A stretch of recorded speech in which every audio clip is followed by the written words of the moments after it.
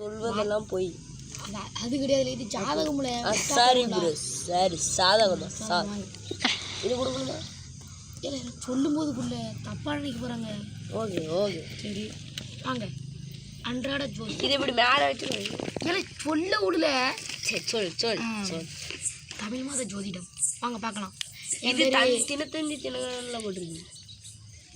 என்கிட்ட இல்லை, அதனால இதை கொண்டு வந்திருக்கேன். சரி உங்களுக்கு கேள்றேன் என்ன இன்ட்ரோ கொடுக்க உள்ள.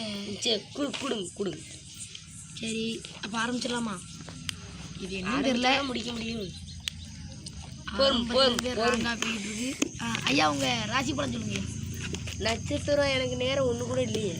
நான் அந்த நட்சத்திரம் ராசி பலன் கேட்டேன். ராசி பலனே போடலையே. அது எல்லாம் உனக்கு எதுக்கு? நீ கேட்டதுக்கு மட்டும் பயிர் சொல்லு. ராசி பலன் வந்து என்னது? அங்கே யாரும் இல்லை, என்ன பார்த்துக்கல. ராசி பலன் என்னது? சரி விடுங்கய்யா விடுங்க. ராசி பலன் வேண்டாம், இவன் ரொம்ப ஓவராக போய்ட்டுருக்கான். என்ன சொல்லி பார்த்தீங்க இந்த ஐயா ஐயா. அப்போ இது இது இட்ஸ் ஓகே. யார் சொல்லிடுங்க. ஐயா இப்போ நம்ம பேட்டி எடுக்க போகலாம். ஐயா நீங்கள் எத்தனை அப்படின்னா படிக்கீங்க? எதுக்கு? இல்லை ரேஷன் கடை எங்களுக்கு முடிக்கிறா வெண்ண 9ஆம் படிப்பேன். 9ஆம் படிங்க. ஆமாம்.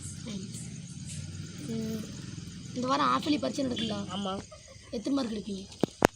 ஒரு எய்ம், உங்கள் எய்ம் சொல்லுங்கள். என் எய்ம் தான் அப்படின்னா என்ன? என்ன எய்ம் கொடுக்கலாம்? இல்லை வேண்டாம், அவர் எய்ம் வந்து கேட்கல, வேறு வாங்க. ஆனால் உங்கள் பேர் என்னண்ணே? எங்கள் பேர் வந்து உதயபிரகாஷ். உங்கள் பேர் கேட்கலண்ணே, உன் பேர் கேட்டேண்ணே, சொல்லுங்கண்ணே. உதயபிரகாஷ் தான்.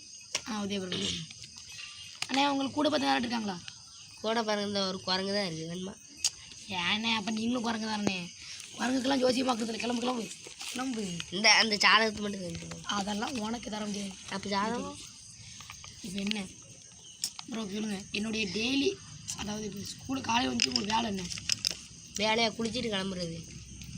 வெளியில் போக மாட்டீங்களா? வெளியே போகணும். வெளியே கூட தான் ஸ்கூலுக்கே போகணும். உண்மைதான்.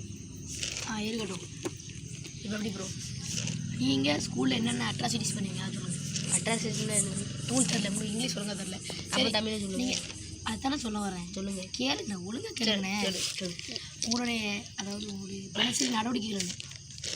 தினசரி நடவடிக்கைகள் வந்து போனோடனே பெஞ்சில் உட்காருவேன்.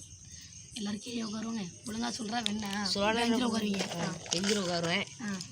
புக்கு எடுக்க சொல்லுவேன். டீச்சர் வருவாங்க. டீச்சர் வருவாங்க. ஏன் சார்கிட்ட வர மாட்டாங்க? டீச்சரே தான் வருவாங்களா? டீச்சர் மட்டும் இருந்தால் டீச்சர் தான் வருவாங்க. இல்லை ஸ்கூலில் நிறைய பேர் இருப்பாங்கண்ணே, நிறைய பேர் உள்ளே வருவாங்க. நிறைய பேர் உள்ளே வந்தால் தான் படிக்க முடியும். சரி சரி. இப்போ நான் கடைக்கு வரேன். கதைக்கு ஆமாம். எதில் விட்டேன்?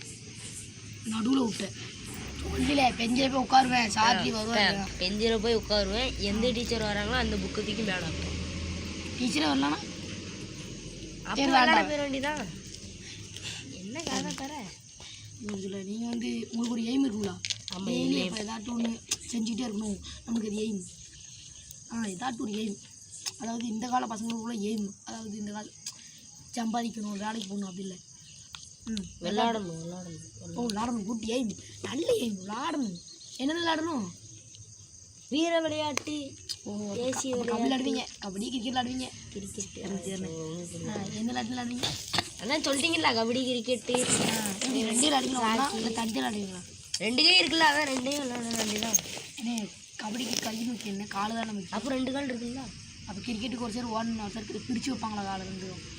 சரி சேர்த்தே வச்சு ஓடிங்க. சரி. விளையாட்டு உங்களுக்கு பிடிச்ச பொருள் என்ன பொருள்? திங்கிறது இல்லையா? இல்லை வேண்டாம், ரொம்ப சின்னி பண்ணுற மாதிரி இருக்காது. நம்ம வேறு கான்செப்ட் வரலாம். இப்போ வந்து உங்களுடைய 10th மார்க்கு நீங்கள் இப்போ 9th படிக்கீங்க. 10th இந்த மாதிரி தானே எடுக்கணும் அப்படின்ற சொல்கிற ஒரு மார்க் சொல்லுங்கள். சென்டம் தான் எடுக்கணும். சென்டம்னா என்ன? ஒழுங்காக கிளியராக சொல்லுங்கள். சென்டம்னா இப்போ 50 படித்தவங்க வச்சாங்கன்னா 50 50 வைக்க மாட்டாங்க, 100 வைப்பாங்க. அப்போ 100க்கு 100 விளங்கும். இந்த மாதிரி 100க்கு 100 எடுத்து தான் உலகம் அழிய போகுது.